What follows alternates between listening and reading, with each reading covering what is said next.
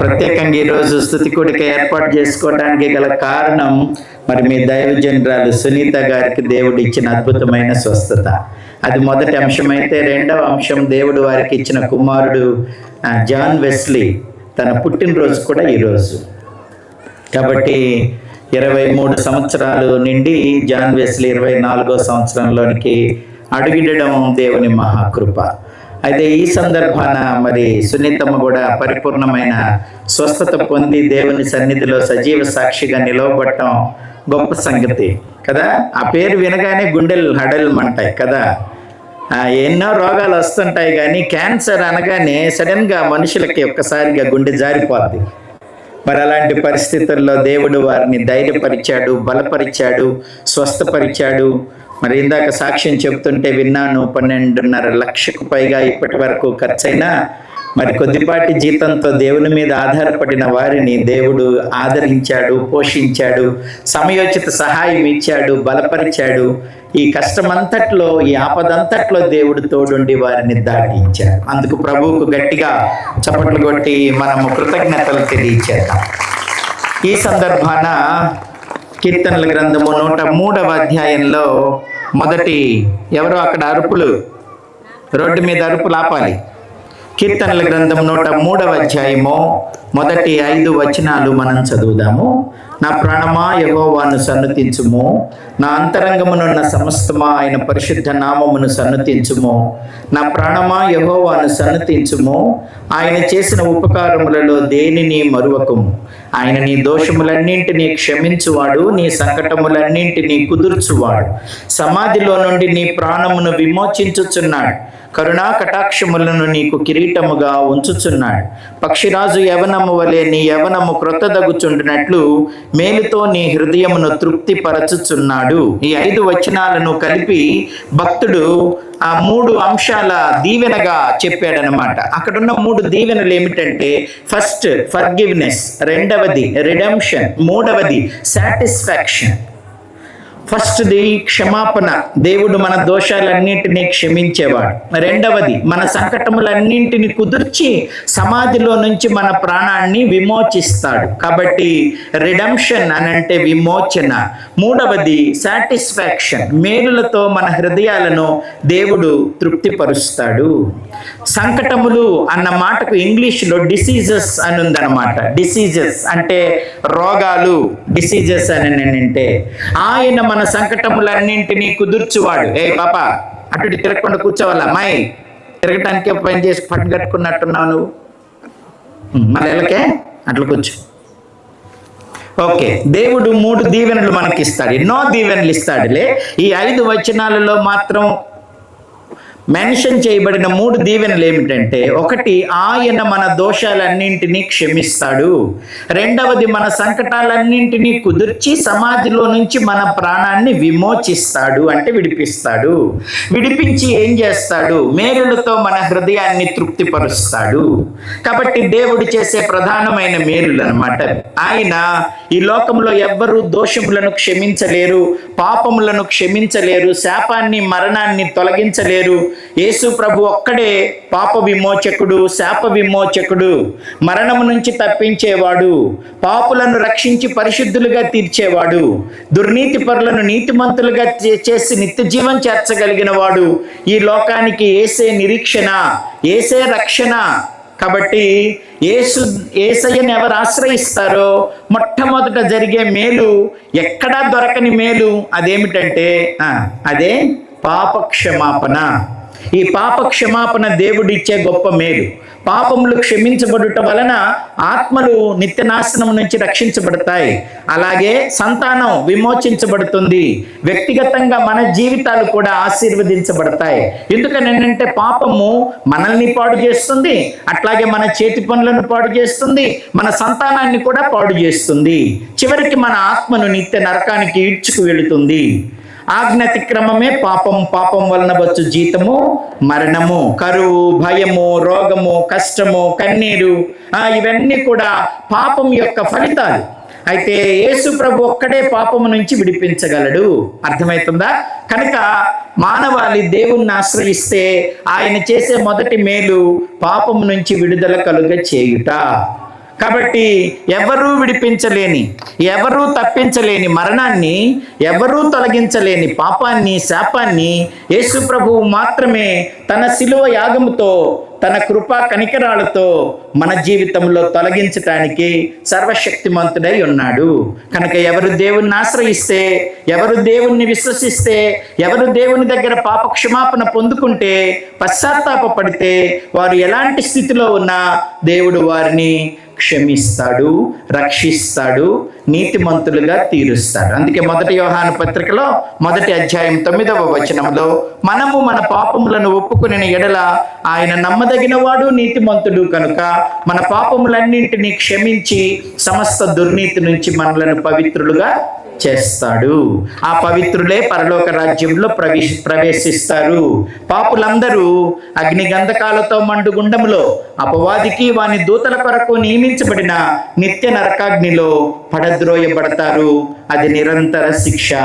కాబట్టి దేవుడు మనకు చేసే మేలు అన్నిటిలో మొదటి మేలు ఏమిటంటే అది పాప క్షమాపణ.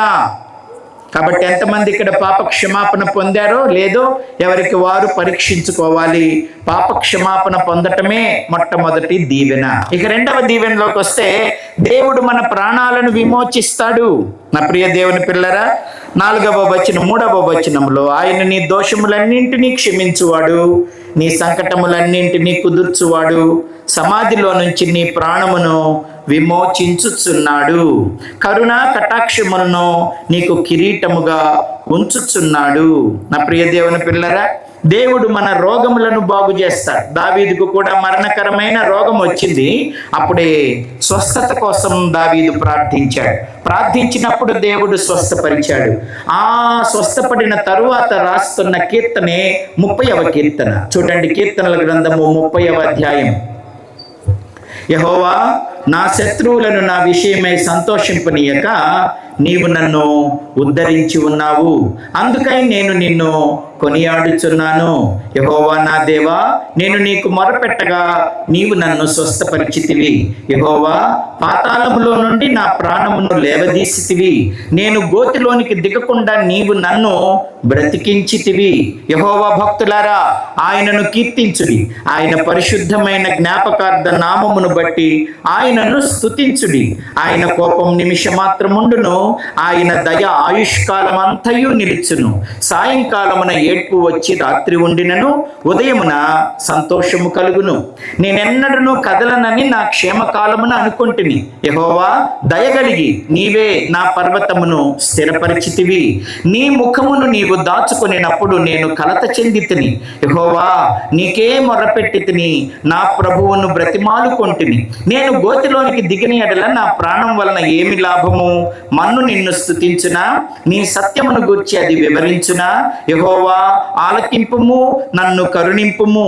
యెహోవా, నాకు సహాయుడవై ఉండుము. నా ప్రాణము మౌనముగా ఉండక నిన్ను కీర్తించున్నట్లు నా అంగలార్పును నీవు నాట్యముగా మార్చి ఉన్నావు. నీవు నా గోనెపట్ట విడిపించి సంతోష వస్త్రము నన్ను ధరింపచేసి ఉన్నావు. యెహోవా నా దేవా, నిత్యము నేను నిన్ను స్తుతించెదను. ఇది దేవుడు మరణకరమైన రోగం దావీదుకు వచ్చినప్పుడు దావీదు చేసిన ప్రార్థన ఆలకించి దావీదు జీవితంలోకి వచ్చిన మరణాన్ని, ఏడ్పును, భయాన్ని, కదిలించబడిన ప్రతి పరిస్థితిని దేవుడు ఎలాగా రూపుమాపినాడో ఇందులో మరి చక్కగా 3 అంశాలు ఉన్నాయి. God shifted his condition from sickness to health, weeping to joy, mourning to singing అని దైవ భక్తుడు వారెన్ అని ఆయన చెప్పాడు. రోగము నుంచి మరి స్వస్థతలోనికి, ఆరోగ్యంలోనికి, ఏడ్పు నుంచి సంతోషంలోనికి, మొర్రపెట్టే స్థితి నుండి పాటలు పాడే స్థితిలోనికి దేవుడు మార్చాడట. ప్రార్థిస్తే ప్రభు ఆ కార్యాలు చేస్తాడు. మరి దైవజనులు మరి సునీతమ్మ అస్వస్థతకు గురైనప్పుడు ముందు ఆమెకు చెప్పలేదు ఎవరు కదా. బాధపడాల్సిన బాధ అంతా అందరు పడ్డారు. ముందు ఇంట్లో వాళ్ళంతా, ముందు వాళ్ళ ఆయన బాధపడ్డాడు, తర్వాత వాళ్ళ పిల్లలు బాధపడ్డారు. ఆమె ఎప్పుడైతే అనారోగ్యం అయిపోయిందో పాపం రెడ్ అంటే జాన్ వెస్లీ అనారోగ్యానికి గురై వాడికి సెలైన్లు పెట్టాల్సి వచ్చింది. ఆ తర్వాత పాప మరి లిడియా కొంత అనారోగ్యానికి గురైంది. రోగము, మరణకరమైన రోగం వచ్చినప్పుడు మన మొక్కలమే కాదు, మనతో పాటు మన వారందరూ కూడా ఎఫెక్ట్ అవుతారు. ఆ తర్వాత తమ్ముడు, చెల్లి వాళ్ళు ఉన్నారు, అక్క వాళ్ళు ఉన్నారు, మరి వీళ్ళందరూ కూడా ఎఫెక్ట్ అవుతారు. ఎందుకంటే తనకు చెప్పాలంటే భయం, ఏం చేయాలో తెలీదు, మందులు సరిగా లేవు. క్యాన్సర్ వచ్చిన వాళ్ళు చాలామంది కదిలిస్తే అది ప్రబలిపోయి చచ్చిపోయే పరిస్థితులు ఎక్కువగా ఉన్నాయి. పిల్లలు ఇంకా సెటిల్ అవ్వలేదు, చదువులే ఇంకా అయిపోలేదు. అది ఎంత భయంకరమైన ఒత్తిడి చెప్పండి, చాలా భయంకరమైన ఒత్తిడి. ఆ ఒత్తిడి పిల్లలు అనుభవించినారు, రక్త సంబంధులు అనుభవించినారు, భర్త అందరూ అనుభవించినారు. మీరందరూ కూడా ప్రార్థన చేశారు, మేము మా టీం అంతా కూడా ప్రార్థన చేశాం చెల్లి కొరకు. చాలా భయంకరమైన పరిస్థితి. నేను చెప్పాను కదా, 10 సంవత్సరాల ఈ గ్యాప్లో ముందు అంకుల్ చనిపోయినారు, వాళ్ళ నాన్న, తర్వాత వాళ్ళ అమ్మగారు చనిపోయినారు. తల్లిదండ్రి లేని పిల్ల, ఇద్దరేమో చదువు కంప్లీట్ కాని పిల్లలు, యవనస్తులు. ఓ పక్క ఆర్థిక ఇబ్బందులు, ఒక పక్క మరణకరమైన రోగం, వైద్యం కూడా ఫలిస్తుందో వికటిస్తుందో తెలియని మానసిక ఒత్తిడి. వీటన్నింటిలో దేవుడు వారిని బలపరిచినాడు. దేవుడు ఒక్కడే బలపరుస్తాడు. మానసికమైన బలం, ఆత్మ సంబంధమైన బలం, ఆర్థిక బలం, అన్ని బలాలు దేవుడే ఇవ్వాలి. దేవుడి బలపరచువాడు, బలమై ఉన్నవాడు దేవుడు. దేవుని మీద ఆధారపడితే దేవుడు సహాయం చేస్తాడు. మరి ఈ కుటుంబం దేవుని మీద ఆధారపడింది. దైవజనులు ఎంతోమందికి ధైర్యం చెప్పటం వేరులే కదా. దైవజనులుగా ఆయన పాస్టర్ గారు, ఈమె పాస్టర్ అమ్మ గారు కనుక చాలా మందికి ధైర్యం చెప్పుంటారు. చాలా మంది రోగుల కొరకు ప్రార్థన చేస్తుంటారు, పరామర్శించుండొచ్చు. కానీ ఏదో అంటారే, తలనొప్పి తన దాకా వస్తే కానీ అర్థం కాదని. తలనొప్పి తన దాకా వస్తే అర్థమవుతుంది. బయటకు వద్దకు వచ్చిన వాళ్ళకి ఆదరించటం వేరు, ధైర్యం చెప్పటం వేరు, ప్రార్థించటం వేరు, ప్రభు సహాయం చేస్తాడని చెప్పటం వేరు. కానీ పిడుగులాంటి వార్త ఒక్కసారిగా కుటుంబంలో పడి అందరినీ డిస్టర్బ్ చేసేస్తే అది ఎంత వేదన. ఇందాక జాన్ వెస్లీ నాతో చెప్తున్నాడు, రెడ్డు అమ్మకు బాగలేకపోతే చాలా చోట్లకి వెళ్ళి ప్రార్థన చేశాను, చాలా మందిరాలకు వెళ్ళి ప్రార్థన చేశాను మామయ్య. నేను చాలామందికి అన్నం కూడా పెట్టా, పేదోళ్ళకి, గుడ్డోళ్ళకి, అనాథలకి అన్నం పెడితే అమ్మకు మేలు జరుగుద్దని నేను వాళ్ళందరికీ పెట్టా, ప్రార్థన చేశా. 43 రోజులు ఉపవాసం ఉన్నా అమ్మ కోసం, అమ్మ బ్రతకాలని, ఈ దీవెనలన్నీ అమ్మకు పోవాలని. ఇదంతా చూసి దేవుడు మా అమ్మను బతికించాలని. నాన్నకు గుండెలో స్టంటేస్తుంది, నాన్న బలహీనంగా ఉన్నాడు. ఈ వార్తతో నాన్న ఏమైపోతాడు అని టెన్షన్ పడ్డాను. ఇంటిలో పెద్దోడు కాదు వాడు, మామూలుగా వయసులో చిన్నవాడైనా 23 సంవత్సరాల పిల్లాడు. కానీ యవనస్తుడు, బాధ్యత తెలిసిన వాడు. ఎవరి మీద ఆధారపడ్డాడంటే దేవుని మీద ఆధారపడి నాన్నను బలపరచు, ఆ తర్వాత అమ్మను స్వస్థపరచు, మేమిద్దరం ఉన్నాము, మా కొరకు బ్రతికించమని చాలా చర్చెస్కి వెళ్ళాడట. మీ చర్చితో పాటు చాలా మందికి భోజనాలు అవి పెట్టించి ఏదైనా అమ్మకు మేలు జరగాలి. ఎందుకురా జుట్టు ఇలా పెంచుకున్నావు అని అందరూ అడుగుతున్నారట. అసలు రహస్యం నాకు చెప్పాడు. ఎందుకు పెంచుకున్నావు జుట్టు అని అంటే అందరు అంటున్నారు, పాస్టర్ గారి కొడుకు ఇట్లా జుట్టు పెంచుకోవచ్చునా, ఎందుకు అలా జుట్టు పెంచుకున్నావు అని అడుగుతున్నారు. ఎవరికి చెప్పలేదు మామయ్య. అమ్మకు ఇంజెక్షన్ చేస్తే, కీమో ఇస్తే అమ్మ జుట్టు అంతా ఊడిపోయి బోడిగుండైపోయింది.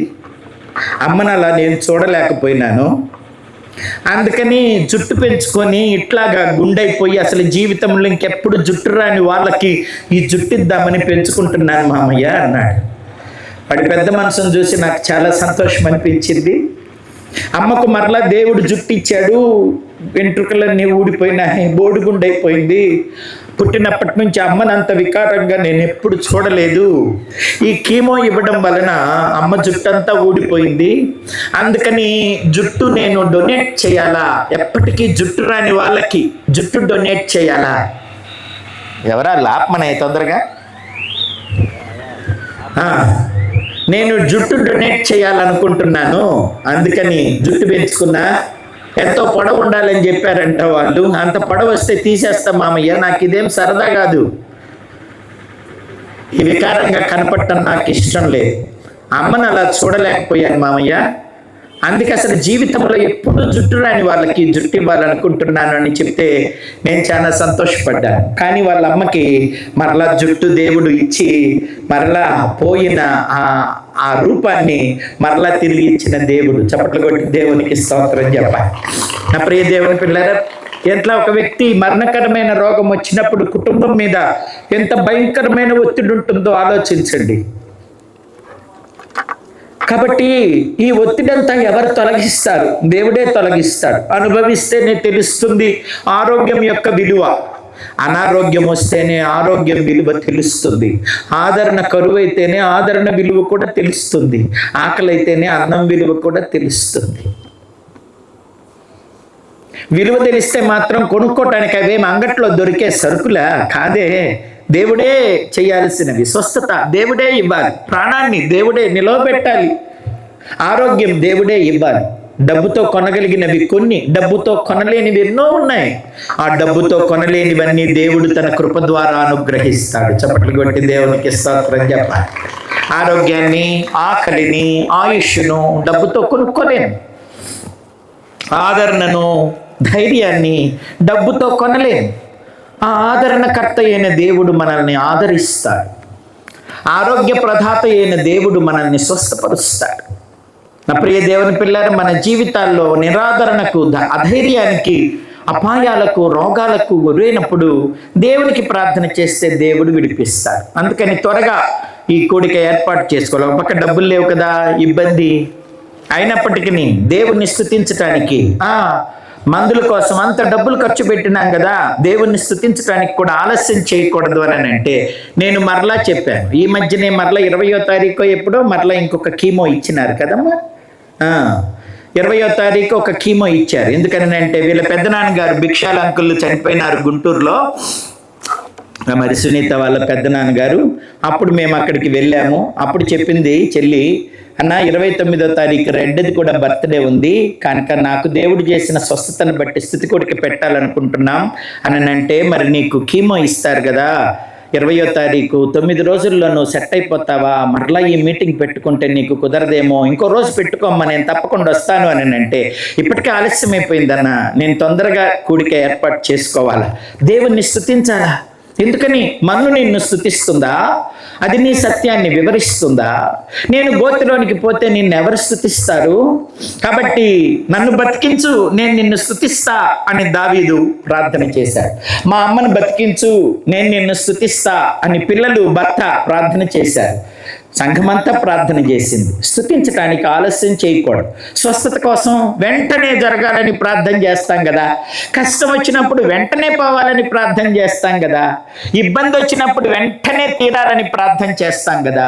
మరి దేవుడు మేలు చేసిన తర్వాత ఆలస్యం ఎందుకు చేయాలి, చేయకూడదు అనేది వారి యొక్క ఉద్దేశం. అలాగూ దేవుణ్ణి ఘనపరచడానికి ఈ కూడిక ఏర్పాటు చేశారు. దావీదుకు ఒక్కడేనా దేవుడు మేలు చేసేది? మనందరికీ కూడా మేలు చేస్తాడు.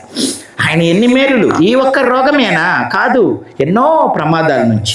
ఇందాక రెడ్డి మాట్లాడుతూ ఓ మాట అన్నాడు, మామయ్య ఈ సంవత్సరం జూన్లో నాకు యాక్సిడెంట్ అయింది కాలుకి. అంతకుముందు 25వ సంవత్సరం జూన్ 14వ తారీఖున యాక్సిడెంట్ అయ్యింది. మొన్నొకసారి కారు యాక్సిడెంట్లో మరి తలకు బాగా గాయమైపోయిందంట, చిన్ని చిన్ని దెబ్బలు. ఈ ఒక్క సంవత్సరంలోనే 3 సార్లు భయంకరమైన ప్రమాదాల నుంచి రెడ్డిని దేవుడు కాపాడాడు. 2 వాళ్ళ అమ్మోళ్ళకి లేటుగా చెప్పాడంట, 3వది చెప్పలేదంట, నాకే చెప్పాడు ఇందాక.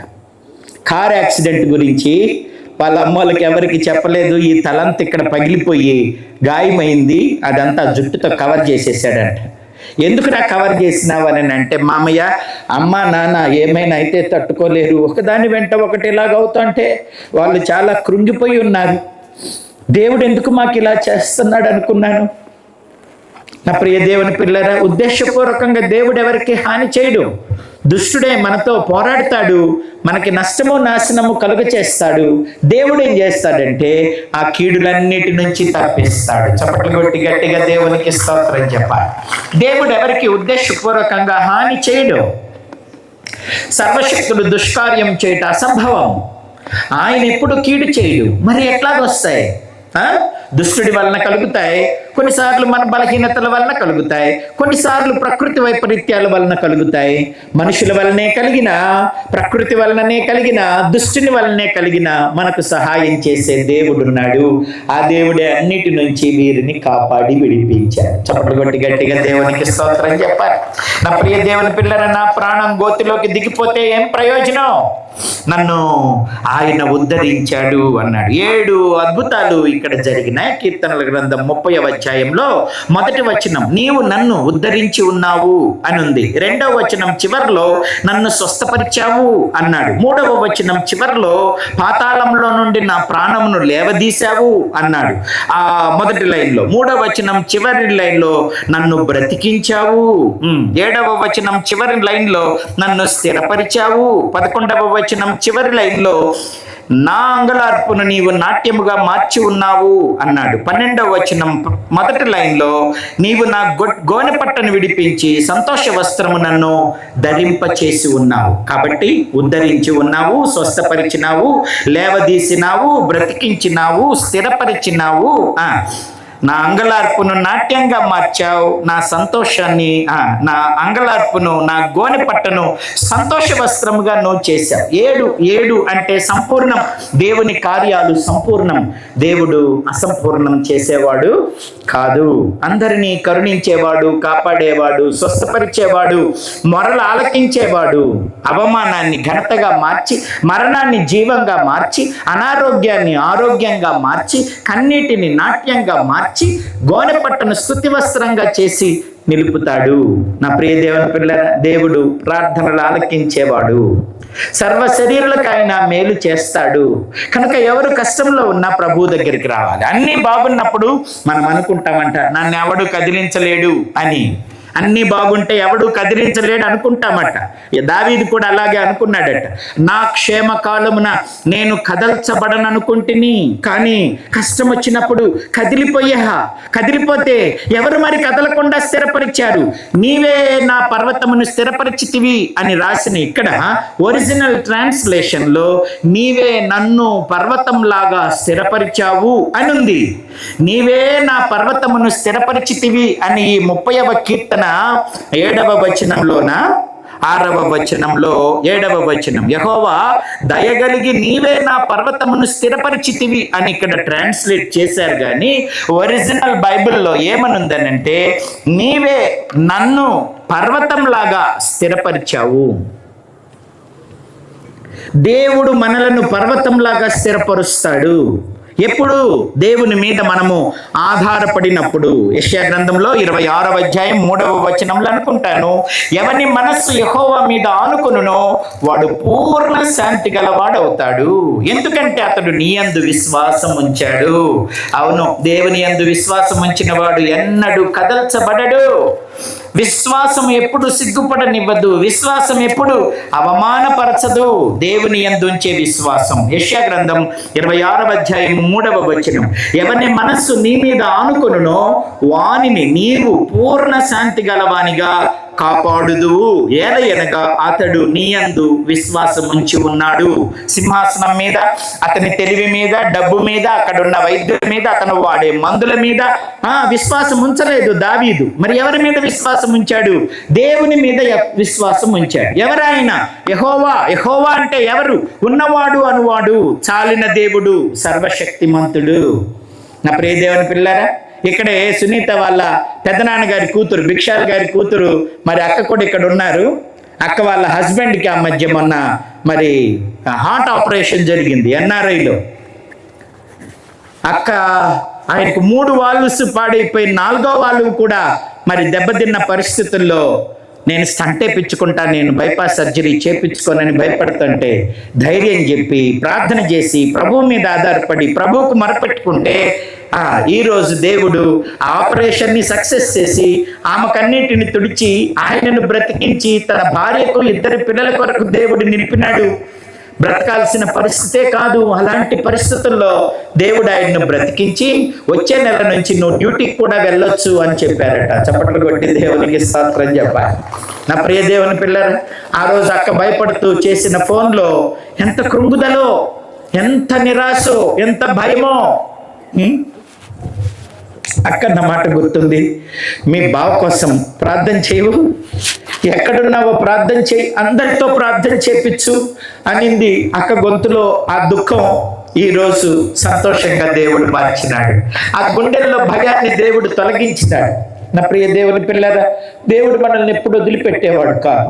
మనం దేవుడి మీద ఆధారపడటం నేర్చుకోవాలి, దేవునికి ప్రార్థన చేయటం నేర్చుకోవాలి. మా పర్వతం లాంటి మన జీవితం కుదేలైపోతున్నా దేవుడి పొరపెడితే, దేవుడి మీద ఆనుకుంటే దేవుడు మనల్ని స్థిరపరుస్తాడు.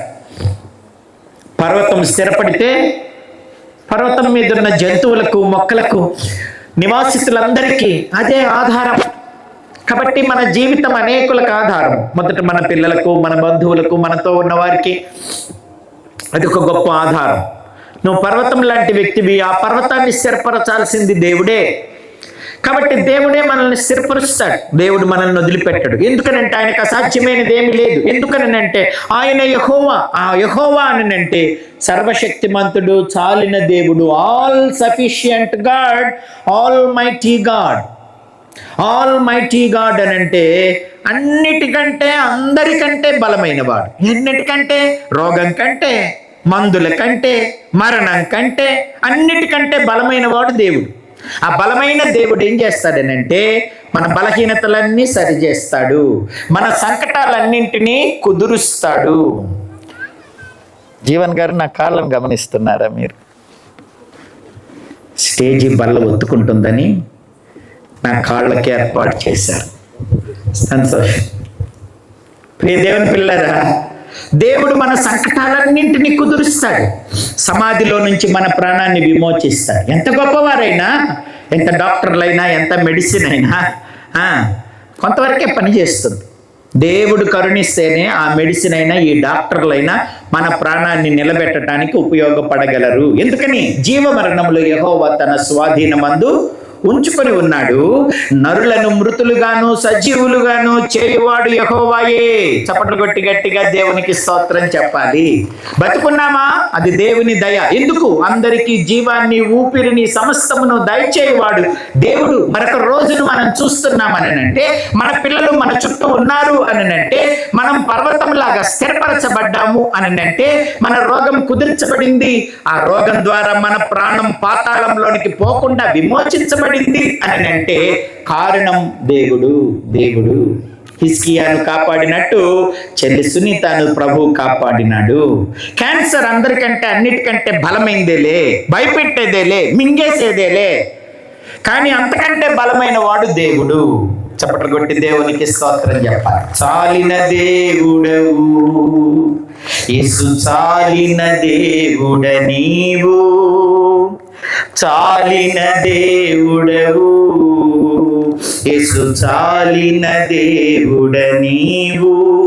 వ్యాధి బాధ సమయములో, కష్ట సుడుల తరంగములో, వ్యాధి బాధ సమయములో, కష్ట సుడుల తరంగములో, ఏమున్నా లేకున్నా, ఏమున్నా లేకున్నా, ఏ స్థితికైనా చాలిన దేవుడ నీవే.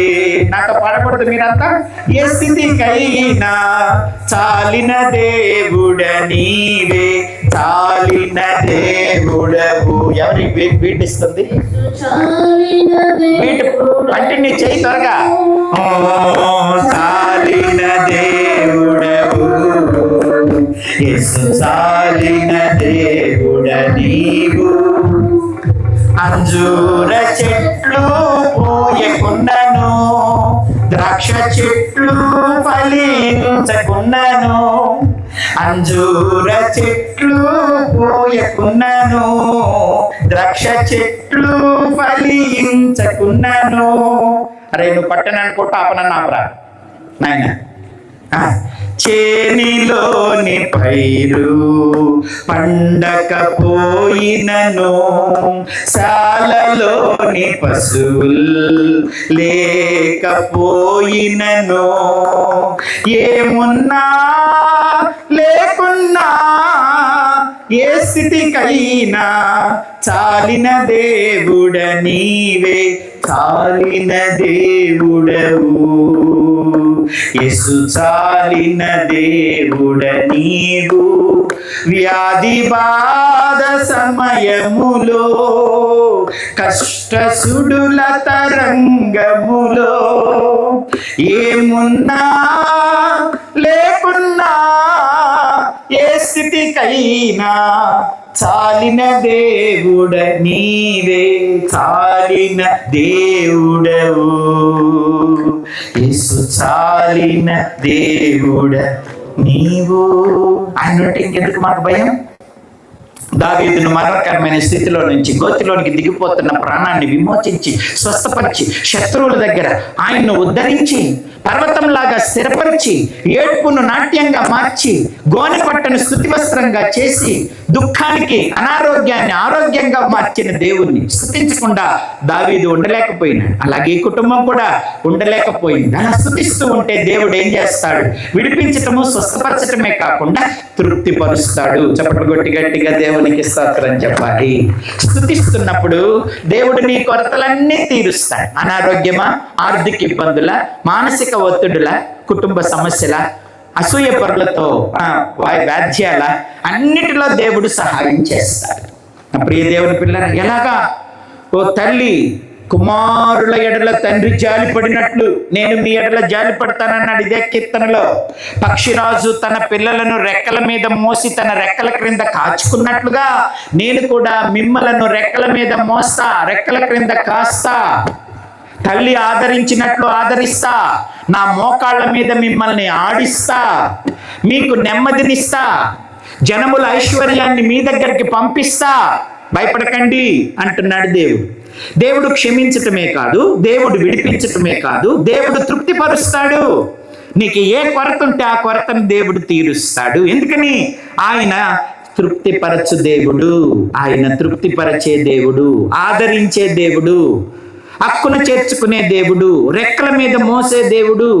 నీకు కూడా నూతన శక్తినిస్తాడు. దావీదు భక్తుడు అన్నాడు, పక్షిరాజు యవ్వనము క్రొత్తదగుచుండునట్లు మేలుతో మీ హృదయాన్ని ఆయన తృప్తిపరుస్తాడు. పక్షిరాజుకు మిగతా పక్షులన్నిటికంటే ఎందుకు అది అంత డిఫరెంట్ అని అంటే, ఒక దశకు దాని రెక్కలు బాగా మందమైపోతాయంట, ముక్కేమో వంకబోద్దట, గోర్లేమో వంకలు తిరిగిపోతాయట, వేటాడటానికి, ఎగరటానికి, తినటానికి ఏమీ సహకరించదట, అది బాగా బలహీనమైపోద్దట. అలాంటప్పుడు ఏం చేస్తుందో తెలుసా? అది ఒంటరిగా వెళ్ళిపోయి ఒక బండ దగ్గరికి వెళ్ళి దాని ముక్కును బండకేసి గట్టిగా పొడుస్తుందట. పొడిస్తే వంపు తిరిగిపోయి తినటానికి అడ్డుగా ఉన్న ఆ ముక్కు ఊడిపోద్దట. వేటాడటానికి ఉపయోగించే కాలి గోర్లు ఉన్నాయే, అవి మొత్తం అంతా రౌండ్లు తిరిగి ఆ వేటను పట్టుకోలేని స్థితిలో ఉంటే ఆ గోర్లను బండకేసి గీకుద్దట. అప్పుడు ఆ గోర్లన్నీ ఊడిపోతాయట. ఆ తర్వాత ముక్కు పిక్కోకముందే ఒంటి మీద ఉన్న ఎగరడానికి అడ్డుపడుతూ మందంగా మారిపోయిన ఆ ఈకలన్నీ పీకేసేసి, మన కోడి బొచ్చు పీకేసేస్తే కోడి ఎలాగుంటుంది అలాగైపోద్దట. రెక్కలన్నీ పీకేసుకొని, ముక్కు ఊడగొట్టుకొని, గోర్లు పీకేసేసుకొని, ఏమీ శక్తి లేకుండా బలహీనంగా అయిపోయి అలాగ ఆకాశం వైపు చూస్తా కూర్చుంటుందట. అప్పుడు దానికి మరలా క్రొత్త ముక్కు, కొత్త గోర్లు, కొత్త ఈకలు వచ్చి మరొక 40 సంవత్సరాలు ఎగురుద్దట. చప్పట్లు కొట్టి దేవునికి స్తోత్రం చెప్పాలి. దావీదు భక్తుడు ఎందుకు ఆ పక్షిని ఎందుకు ఎంచుకున్నాడు అని అంటే, 40 సంవత్సరాల తరువాత దానికి అలాంటి స్థితి వస్తే అది బండకేసి గీక్కొని అవన్నీ తొలగించుకొని దేవుని వైపు చూస్తూ ఉంటే సృష్టికర్త అయిన దేవుడే దానికి నూతన బలం ఇచ్చి మరలా శరీరాన్ని కాపాడటానికి, ఎగరటానికి రెక్కలు, వేటాడటానికి గోర్లు, తినటానికి ముక్కు ఇచ్చి మరొక 40 సంవత్సరాలు దాని జీవితం పొడిగించేటట్టుగా దేవుడు దానికి కృపను అనుగ్రహించినాడు. పక్షిరాజుకి ఇచ్చిన కృప దేవుడు మనకి కూడా. ఆ బండ ఎవరు? ఆ బండ క్రీస్తే. క్రీస్తు దగ్గరికి వెళ్ళి మన బాధ అంతా ఆయనతో చెబితే, మన బలహీనత అంతా ఆయనకు అప్పగించుకుంటే, మన భయాలన్నీ ఆయనకు చెబితే, మన నిస్సహాయ స్థితి అంతా ఆయనకు చెప్పుకుంటే దేవుడు వాటన్నిటినీ తొలగించి నీకు మరలా నూతన శక్తినిస్తాడు. నిన్న ఆయన వదిలిపెట్టడు. హిజ్కియాకు అలాగ నూతన శక్తినిచ్చినాడు. దేవునికి ప్రార్థన చేసుకున్నాడు హిజ్కియా కూడా. యెషయా భక్తుడు వచ్చి నువ్వు మరణమైపోతున్నావు, నీ ఇల్లు చక్కబెట్టుకో, దేవుడు చెప్పమన్నాడు అని అంటే గోడ తట్టుకు తిరిగాడట. ఇటు పక్కకు తిరిగితే భార్య, పిల్లలు, సైనికులు, వైద్యులు, ఔషధాలు అన్నీ ఉన్నాయి. ఇవేవి నాకు చేయవు, నువ్వు ఆల్రెడీ చచ్చిపోతానని చెప్పావు కదా, ఇంక ఇవన్నీ అనవసరం. ఈ ప్రయత్నాలన్నీ ఒకే ఒక ప్రయత్నం, నీ తట్టే తిరుగుతున్నా, నువ్వే నాకు సహాయం చేయమని గోడ తట్టు తిరిగి దేవునికి ప్రార్థన చేస్తే పడక గదిలో చెప్పిన యెషయా నడిమి గదిలోకి వెళ్ళేకల్లా వెంటనే దేవుని స్వరం మరల యెషయాకు ప్రత్యక్షమై, నువ్వు వెళ్ళి హిజ్కియాతో చెప్పు, నీ కన్నీళ్లు నేను చూశాను, నీ ప్రార్థన నేను విన్నాను, నిన్ను స్వస్థపరుస్తాను, 3 రోజుల్లో నా మందిరానికి వస్తావు, 15 సంవత్సరాల ఆయుష్ నీకు మరలా పొడిగించానన్నాడు. చప్పట్లు కొట్టి దేవునికి స్తోత్రం చెప్పాలి. నా ప్రియ దేవుని పిల్లరా, ఆయుష్ను పొడిగించేది దేవుడు, భయాన్ని తొలగించేది దేవుడు, కన్నీటిని నాట్యంగా మార్చేది దేవుడు, ప్రార్థనలు ఆలకించేది దేవుడు. ఆయన మన యవ్వనాన్ని క్రొత్తదిగా చేస్తాడు. పక్షిరాజు యవ్వనాన్ని క్రొత్తదిగా చేసినట్లు మేలుతో తృప్తిపరుస్తాడు. దేవుడే మనకు తోడుగా ఉంటాడు. మరి సునీత వాళ్ళకి అమ్మ నాన్న ఇద్దరు చనిపోయినారు. అమ్మ లేరు, నాన్న లేరు, ముగ్గురం ఒంటరిగా అయిపోయాం అన్నారు. మరి అది అయిపోయి అమ్మ చనిపోయి ఎప్పుడు 2021లోనా 21లో చనిపోయి ఈ 5 సంవత్సరాలు ఎవరు కాపాడారు చెప్పండి? దేవుడే. నేను నిన్ను అనాథగా వదిలిపెట్టను. ఈ మధ్య మరి పెద్దనాన్న కూడా చనిపోయినారు, భిక్షాల్ గారు. మరి వారి పిల్లలు కూడా ఇక్కడ ఉన్నారు. దేవుడు చచ్చిపోడు, మనుషులు చచ్చిపోతారు. కానీ తల్లిదండ్రులు చనిపోయినా తల్లిదండ్రులను ఇచ్చిన దేవుడు, తల్లిదండ్రుల బాధ్యతను చేపట్టే దేవుడు ఎప్పుడు చచ్చిపోడు. ఆయన నీకు తోడుగా ఉంటాడు. తన రెక్కల మీద నిన్ను మోస్తాడు, తన రెక్కల క్రింద నిన్ను కాస్తాడు. నీ పిల్లలను నేను ఎప్పుడు వదిలిపెట్టనన్నాడు. ఎలాగుంటారట? మీరు నీరు కట్టిన తోటలాగా నిత్యం ఊపికే ఊటలాగా ఉంటారు, నేనే జీవజల ఊటగా ఉండి మిమ్మల్ని కాపాడుతాను. కాబట్టి ఆయన దెబ్బల ద్వారా కలిగే స్వస్థత ఇస్తాడు. ఆయన రెక్కల క్రింద ఆరోగ్యం ఉంది, అది ఇస్తాడు. ఆయన మనము క్రొవ్విన దూడలు గంతులు వేసేటట్లు చేస్తాడు. ఆత్మలో శరీరంలో వర్ధిల్లేటట్లు చేస్తాడు. మన భారాలన్నీ దేవుడు మోస్తాడు. బాబు కోసం ఒక మాట చెప్పాలి. ఆ మాట ఏమిటంటే, రెడ్ బీటెక్ అయిపోయింది. ఈరోజు అతని బర్త్డే కాబట్టి బీటెక్ అయిపోతే ఎంత పర్సంటేజ్ వచ్చిందో తెలుసా? రెడ్డికి దరిదాపు 90% వచ్చిందట. వాళ్ళ అమ్మ అనారోగ్యంగా ఉన్న వాడు హాస్పిటల్లో ఉండి 8 గంటలకు ఇంటికి వచ్చి పొద్దున్న 8 గంటలకు పరీక్ష రాయటానికి వెళ్ళవలసి వచ్చిన గంట సేపు పడుకొని వెళ్ళి చదివి రాస్తే తనకంటే ఎక్కువ టైం చదివిన వాళ్ళకు రాని మార్కులు దేవుడు రెడ్డికి ఇచ్చి వాళ్ళ కాలేజీలో ఉన్న మగపిల్లలందరిలో ఫస్ట్ మార్కులో నిలవబెట్టినాడు. టోఫెల్ అనే ఒక ఎగ్జామ్ రాయకుండా ఫారెన్ వెళ్ళడానికి దేవుడు కృప చూపించాడు. అమ్మకు అనారోగ్యం, ఇప్పుడు వాడి చదువు అయిపోయింది కనుక తను ఫారెన్ వెళ్ళి చదువుకోవాలన్న ఆశ కలిగి ఉన్నాడు. మామయ్య చాలా కష్టంగా ఉంది పరిస్థితి, ఆర్థిక ఇబ్బందులు, అంతా చాలా అప్పుల పరిస్థితుల్లో ఉన్నాం, బ్యాంకుల్లో లోన్లు తెచ్చుకొని ఉన్నాం. ఈ పరిస్థితుల్లో నేను వెళ్ళటం చాలా కష్టంగా ఉంది, ప్రార్థన చేయండి మామయ్య. అక్కడికి వెళ్తే కొంత ఆర్థిక ఇబ్బందులు తొలగిపోతాయి. అమ్మా నాన్న మీద భారం పెడుతున్నాను అనిపిస్తుంది, కానీ నా భారం నేను దేవుని మీద వేశాను. ఇప్పుడు వెళ్ళకపోతే తర్వాత ఛాన్స్ ఉండదు. నేను వెళ్తే కుటుంబానికి కొంత ఆదరణగా ఉండగలను, పరిచర్యకు సపోర్టు చేయగలను. కాబట్టి నేను అక్కడికి వెళ్ళాలనుకుంటున్నాను, కనుక నా కొరకు ప్రార్థన చేయండి అన్నాడు. ఇంత మానసిక ఒత్తిడిలో ఉండి అంత పర్సంటేజ్ ఎట్టొచ్చింది బాబు అన్నాను. వాడికి ఏడుస్తూ కంట్రోల్ చేసుకోలేక చెప్పాడు, ఇదంతా దేవుని దయే మామయ్య. ఇట్లాంటి ఒత్తిడిలో నేను చదివి కాలేజీ మొత్తంలో నేను ఫస్ట్ ర్యాంక్ తెచ్చుకున్నాను అని అంటే అది కేవలం దేవుని దయే మామయ్య, మరొకటి లేదు. నా ప్రార్థన దేవుడు ఆలకించాడు. అమ్మా నాన్న కష్టాన్ని దేవుడు చూశాడు. వాళ్ళ కష్టం వ్యర్థమైపోకుండా నేను చదివి మంచి మార్కులు తెచ్చుకోవడానికి సహాయం చేశాడు. ఫారెన్ వెళ్ళడానికి రాసే ఎగ్జామ్ రాసే పని లేకుండా దేవుడు నాకు సీటుని ఏర్పాటు చేస్తున్నాడు. ఆర్థికంగా చాలా ఒత్తిడులు ఉన్నాయి, మీరు ప్రార్థన చేయండి అని చెప్పాడు. నేను చెప్పాను, హిజ్కియా హృదయ వాంఛలను తీర్చిన దేవుడే నీ హృదయ వాంఛను కూడా తీరుస్తాడు బాబు. నీవు పరిచర్యకు సహాయం చేయాలి, కుటుంబానికి సహాయం చేయాలి, బాగా చదువుకోవాలి, దేవునికి ఇష్టంగా ఉండాలి అని చెప్పాను. నా ప్రియ దేవుని పిల్లల, ఒక మాట రెడ్ కోసం తన బర్త్డే సందర్భంగా రాజులు 2వ గ్రంథము 18వ అధ్యాయము. చెల్లిని దేవుడు స్వస్థపరిచినాడు. సాక్షిగా నిలిపినాడు, నూతన బలాన్ని ఇచ్చినాడు. ఈరోజు తండ్రి అయి, తల్లి అయి, పరమ వైద్యుడై, పోషకుడై, సహాయకుడై దేవుడు నిలిపినాడు. మరి రెడ్ కోసం రాజులు 2వ గ్రంథము 18వ అధ్యాయము 5వ వచనంలో ఇలా రాయబడింది. అతడు అంటే హిజ్కియా, ఇశ్రాయేలీల దేవుడైన యెహోవా యందు విశ్వాసం ఉంచిన వాడు. అతని తరువాత వచ్చిన యూదా రాజులలోను, అతని పూర్వీకులైన రాజులలోను అతనితో సమానమైన వాడెవడూ లేడు. అతడు యెహోవాతో హత్తుకొని ఆయనను వెంబడించుటలో వెనుక తీయక, ఆయన మోషేకు ఆజ్ఞాపించిన ఆజ్ఞలన్నింటినీ గైకొనుచుండెను. కావున యెహోవా అతనికి తోడుగా ఉండెను. తాను వెళ్ళిన చోటనెల్లా అతడు జయము పొందెను. చప్పట్లు కొట్టి ఒక్కసారి దేవునికి స్తోత్రం చెప్పాలి.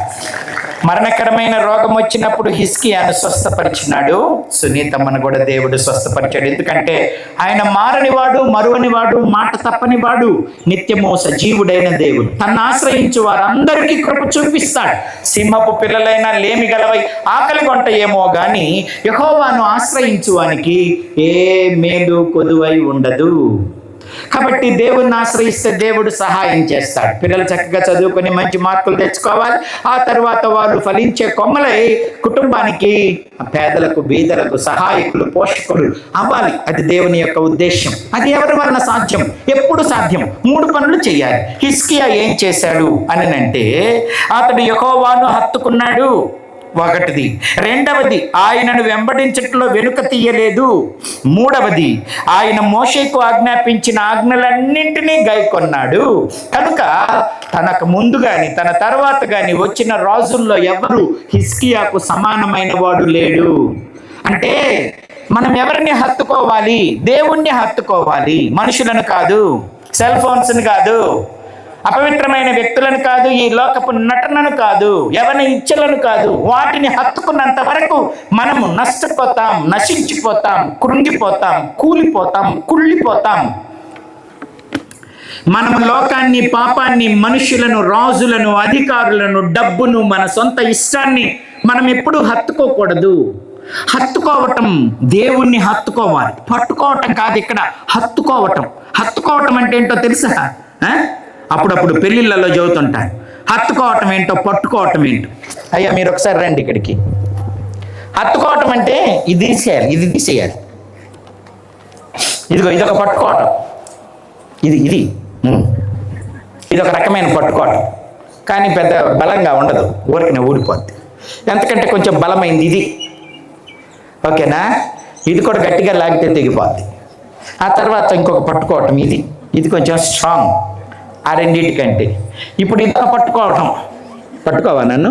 పర్వాలేదు, పట్టుకో పాస్టర్ గారు, నన్ను ఏమని ఫీల్ అవసరం. ఇదొక పట్టుకోవటం. ఓకేనా?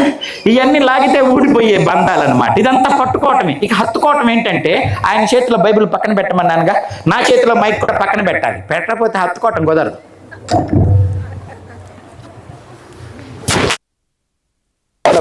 ఇటు పెట్టు. ఈయన చాలా మొహమాటంగా పట్టుకుంటున్నాడు నన్ను. పర్లేదు, గట్టిగా పట్టుకో. దీన్ని హత్తుకోవడం అంటారు. అంటే ఏంటి అర్థం? ఇక పట్టుకోవడానికి ఏమీ లేవన్నమాట. ఏమొద్దు, నాకు నువ్వు, నీకు నేను, చాలు. ఈ మధ్యలో పెన్ను అడ్డం వస్తాను. మరి పెన్ను వస్తే హత్తుకోవడానికి ఒత్తుకుంటుంది మధ్యలో. అందుకని ఈ ఒత్తుకునే పెన్నుని పక్కన పడేస్తే ఇప్పుడు హత్తుకోవటం బాగా ఈజీ అవుతుంది. దీన్ని హత్తుకోవడం అంటారు. కొంతమంది పట్టుకుంటారు దేవుణ్ణి. థ్యాంక్ యూ నాన్న, థ్యాంక్ యూ సో మచ్. కొంతమంది పట్టుకుంటారు దేవుణ్ణి. ఒక చేత్తో దేవుడు, ఒక చేత్తో లోకం, ఒక చేత్తో భక్తి ప్రార్థన, ఇంకో చేత్తో సినిమాలు, షికారులు. దేవుణ్ణి హత్తుకోవాలి. నీ ఉంటే నాకు చాలని పాట పాడితే కుదరదు. నువ్వే నాకు చాలు, నీలోనే అన్నీ ఉన్నాయి. దావీదు భక్తుడు ఏమన్నాడు ఎరుగుదురా? ఆకాశమందు నీ ఉండగా ఈ లోకంలో ఏది నాకు అక్కర్లేదు. అమ్మ నువ్వే, నాన్న నువ్వే, స్నేహితుడివి నువ్వే, ధనం నువ్వే, బలం నువ్వే, ఆరోగ్యం నువ్వే, జీవం నువ్వే. నాకేం కావాలి? నువ్వు ఉంటే చాలు. యేసును హత్తుకోవాలి, పట్టుకోకూడదు. హిజ్కియా దేవుణ్ణి హత్తుకున్నాడు. మొట్టమొదటి విషయం, దేవుణ్ణి హత్తుకోవాలి అని అంటే దేవునికి నిన్ను దూరం చేసే వాటన్నింటిని వదిలేయాలి. అది సినిమాలా, టీవీలా, సెల్ ఫోన్లా, ఈ లోకంలో ఉన్న ఆశలా, పాపమా, అన్నీ వదిలేయాలి. వదిలేసి దేవుడు నీకు మేలు చేసేవాడు, పోషించేవాడు గనక నువ్వు ఆయన్ని హత్తుకోవాలి. హత్తుకోవటమే కాదు, మరణం వరకు ఆయనతో కొనసాగాలి. వెనుతీయక కొనసాగినాడట. కొంతమంది భక్తి ప్రారంభిస్తారు, ప్రార్థన ప్రారంభిస్తారు, వాక్యం చదవటం ప్రారంభిస్తారు, ప్రభువుకి ఇష్టంగా ఉండటం ప్రారంభిస్తారు. అది ఎంతవరకు కొనసాగిస్తారు? కొంతవరకే. ఆ తర్వాత మధ్యలో దేవుణ్ణి వదిలేస్తారు, మార్గం వదిలేస్తారు, ప్రార్థన వదిలేస్తారు, విశ్వాసం వదిలేస్తారు, మందిరం వదిలేస్తారు. అతడు వెనుతీయక ప్రభువును వెంబడించినాడు. మొదటిది హత్తుకోవటం. ఈ లోకమేమి నాకొద్దు, ఈ యవనిచ్చలు, ఈ లోకాశలు నాకొద్దు, నాకు నీవు, నీ వాక్యం, నీ అందరి భయభక్తులు, నీకు విధేయత, నీకు విశ్వాసం, నిన్ను ప్రేమించటం నాకు కావాలి. అది కనుక నేను చేస్తే నువ్వు నాకు అన్నీ ఇస్తావు. యోసేపుకు దేవుడు అలా సహాయం చేయలేదా? అమ్మ, నాన్న, అన్నలు అందరూ దూరం అయిపోయి బానిసగా పొతిఫర్ ఇంట్లో ఉంటే, చెరసాలలో ఉంటే దేవుడు అతన్ని ఐగుప్తుకు రాజుగా చేయలేదా? కారణం, అతడు దేవుణ్ణి హత్తుకున్నాడు. హిజ్కియా దేవుణ్ణి హత్తుకున్నాడు, దావీదు దేవుణ్ణి హత్తుకున్నాడు, అబ్రహాం తన వారందరినీ వదిలిపెట్టి దేవుణ్ణి హత్తుకున్నాడు. లోతు దేవుణ్ణి, వాక్యాన్ని, బలిపీఠాన్ని వదిలిపెట్టి సొదొమ గొమొర్రా పట్టణాలను కోరుకొని అక్కడికి వెళ్ళి తను, తన భార్య, తన పిల్లలు అందరూ శాపగ్రస్తులైపోయినారు. నువ్వు దీవించబడాలి అని అంటే తరతరములకు నీవు, నీ పిల్లలు ప్రభువును హత్తుకోవటం నేర్చుకోవాలి. ఫస్ట్ ఒకసారి హత్తుకుంటే అయిపోలా, మరణం వరకు వెనుతీయకుండా కొనసాగాలి. అలా కొనసాగటానికి నీకు సహాయం చేసేది దేవుని వాక్యం, ఆయన ఆజ్ఞలు. వాటిని నువ్వు పాటిస్తూ ఉంటే నువ్వు ఆయన్ను హత్తుకొని వెంబడిస్తున్నావని అర్థం. అందుకు దేవుని వాక్యం దైవ సన్నిధి. ఇక్కడ ఉన్నా, విదేశంలో ఉన్నా, ఎక్కడ ఉన్నా, ఎవరైనా దేవుని సన్నిధిని వదిలిపెట్టకుండా ఆజ్ఞలను పాటిస్తూ ప్రభువుకు లోబడుతూ ఉంటే ఆయన నిన్ను హత్తుకుంటాడు, నీతో కలిసి నడుస్తాడు.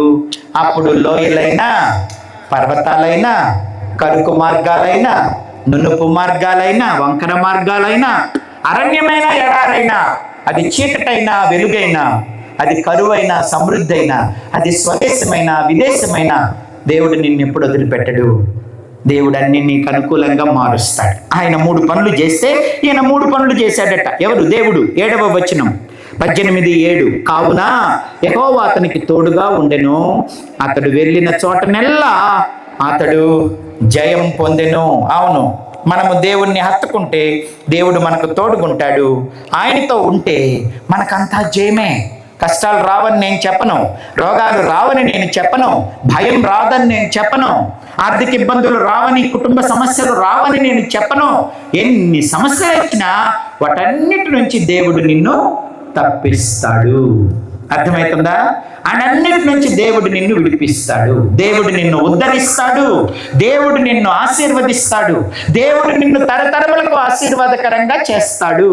ఆయన నిన్ను విడిచిపెట్టేవాడు కాదు, తృప్తిపరుస్తాడు, విమోచిస్తాడు. నీవున్న ప్రతి పరిస్థితి నుంచి, అది మరణమైన, రోగమైన, యుద్ధమైన, శత్రువులైన, కరువైన, కన్నీరైనా, అన్ని పరిస్థితుల నుంచి నిన్ను విడిపించే విమోచకుడు మనకు తోడుగా ఉన్నాడు. ఆయన ఆజ్ఞలు పాటిస్తూ, ఆయన మీద విశ్వాసం ఉంచి, ఆయన్నే కోరుకుంటూ ఆయన సన్నిధిలో సాగితే ఎవరున్నా లేకపోయినా, ఏమున్నా లేకపోయినా అన్నీ తానే నిన్ను కాపాడుతాడు, నిన్ను కరుణిస్తాడు, నిన్ను నడిపిస్తాడు. నిన్ను దేవుడు విడిచిపెట్టడు. నీ ప్రతి పోరాటంలో దేవుడు నీకు సహాయం చేస్తాడు. ఆయన ఎలా కాపాడుతాడో ఒక మాట మీకు చూపించి నేను ప్రార్థన చేస్తాను. నాకు ఇచ్చిన సమయంలో నేను ముగించేస్తాను. ద్వితీయోపదేశకాండము 32వ అధ్యాయము 10వ వచనం. ద్వితీయోపదేశకాండం 32వ అధ్యాయము 10వ వచనం. చూడండి ప్రియ దేవుని పిల్లరా, అరణ్య ప్రదేశంలోనూ భీకర ధ్వని గల పాడైన ఎడారిలోనూ వానిని కనుగొని ఆవరించి పరామర్శించి తన కనుపాపను వలె వానిని కాపాడెను. పక్షిరాజు తన గూడు రేపి తన పిల్లలపైని అల్లాడుచు రెక్కలు చాపుకొని వాటిని పట్టుకొని తన రెక్కల మీద వాటిని మోయినట్లు యెహోవా వానిని నడిపించెను. ఇక్కడ చూడండి, ఆవరించెను, పరామర్శించెను, కాపాడెను, మోసెను, నడిపించెను. చప్పట్లు కొట్టి గట్టిగా దేవునికి స్తోత్రం చెప్పాలి. ఇక ముందు కూడా ప్రభువే మనల్ని నడిపిస్తాడు. మన హృదయ వాంఛలను ఆయన తీరుస్తాడు. ఆశగొన్న ప్రాణాన్ని తృప్తిపరుస్తాడు. తన గుప్పిలు విప్పి ప్రతి జీవి కోరికను ఆయన తీరుస్తాడు. ఆయన చేతి కార్యములను ఆయన మర్చిపోడు. తల్లి గర్భములో మనల్ని రూపించిన దేవుడు, మనమే దేవుని చేతి కార్యం. అందరికంటే అన్నిటికంటే చివరికి తన ప్రాణం కంటే కూడా దేవుడు నిన్ను ఎక్కువగా కోరుకుంటున్నాడు. తన ప్రాణాన్ని నీ కొరకు అర్పించిన దేవుడు నిన్ను నిర్లక్ష్యం చేస్తాడా? నీ మొరలో నిర్లక్ష్యం చేస్తాడా? నీకు మేలు చేయకుండా ఉంటాడా? పాలిచ్చే బిడ్డను తల్లైనా మర్చిపోద్దేమో కానీ నేను నిన్ను మర్చిపోను. గర్భమున పుట్టిన బిడ్డను కరుణింపక తల్లి మరచునా. గర్భమున పుట్టిన బిడ్డను కరుణింపక తల్లి మరచునా. మరచిన గాని నీవెన్నడు మరువావు విడువవు ఎడబాయవు కరుణారాజా. మరచిన గాని నీవెన్నడు మరువావు విడువవు ఎడబాయవు కరుణారాజా. నా ప్రాణ ప్రియుడా యేసు రాజా, అర్పింతును నా హృదయర్పణ. విరిగి నలిగిన ఆత్మతోను హృదయపూర్వక ఆరాధనతో సత్యముతో నా ప్రాణ ప్రియుడా యేసు రాజా, అర్పింతును నా హృదయర్పణ. విమోచన గానములతో సౌందర్య ప్రేమ స్తుతులతో నమస్కరించి ఆరాధింతును, హర్షింతును, నే పాడేదను నా ప్రభువా. నా ప్రాణ ప్రియుడా యేసు రాజా, అర్పింతును నా హృదయర్పణ. అద్భుతకరుడా ఆలోచన, ఆశ్చర్య సమాధాన ప్రభువా.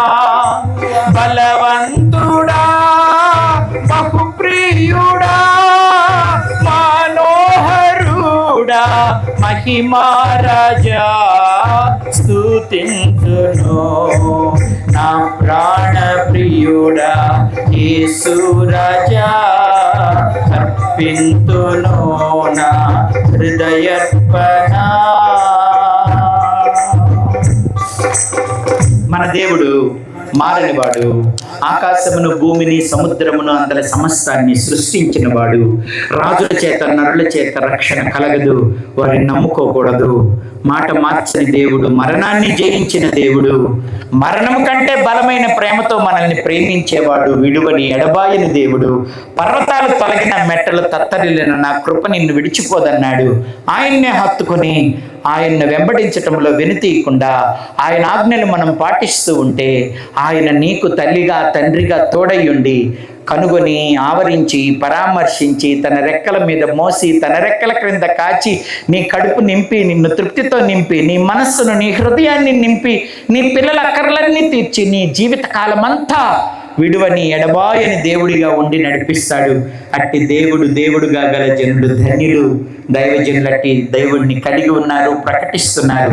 మీరందరూ మీ సంతానం అంతా అట్టి దేవుడిని హత్తుకొని ఆయన్నే ప్రకటిస్తూ ఆయన మీద ఆధారపడుతూ ఆయనకే మొరపెట్టుకొని ఆయన చేసే మేలులను ఇలాగూ ప్రకటిస్తూ ఆయన రాకడకు మన ఆత్మలు చేరేదాకా ఆయన రాజ్యం ఈ లోక ప్రయాణం అంతా ఆయన మీద ఆనుకొని కొనసాగాలని, అట్టి దేవుడే మిమ్మల్ని అందరినీ బలపరిచి నడిపించాలని ఎన్నటెన్నటికి కీర్తనీయుడైన ప్రభువుకు స్తుతులు చెల్లిస్తూ ఇచ్చిన అవకాశాన్ని బట్టి కుటుంబానికి కృతజ్ఞతలు తెలియజేస్తూ ఈ మాటలు ముగిస్తున్నాను. ప్రార్థన చేసుకుందాం.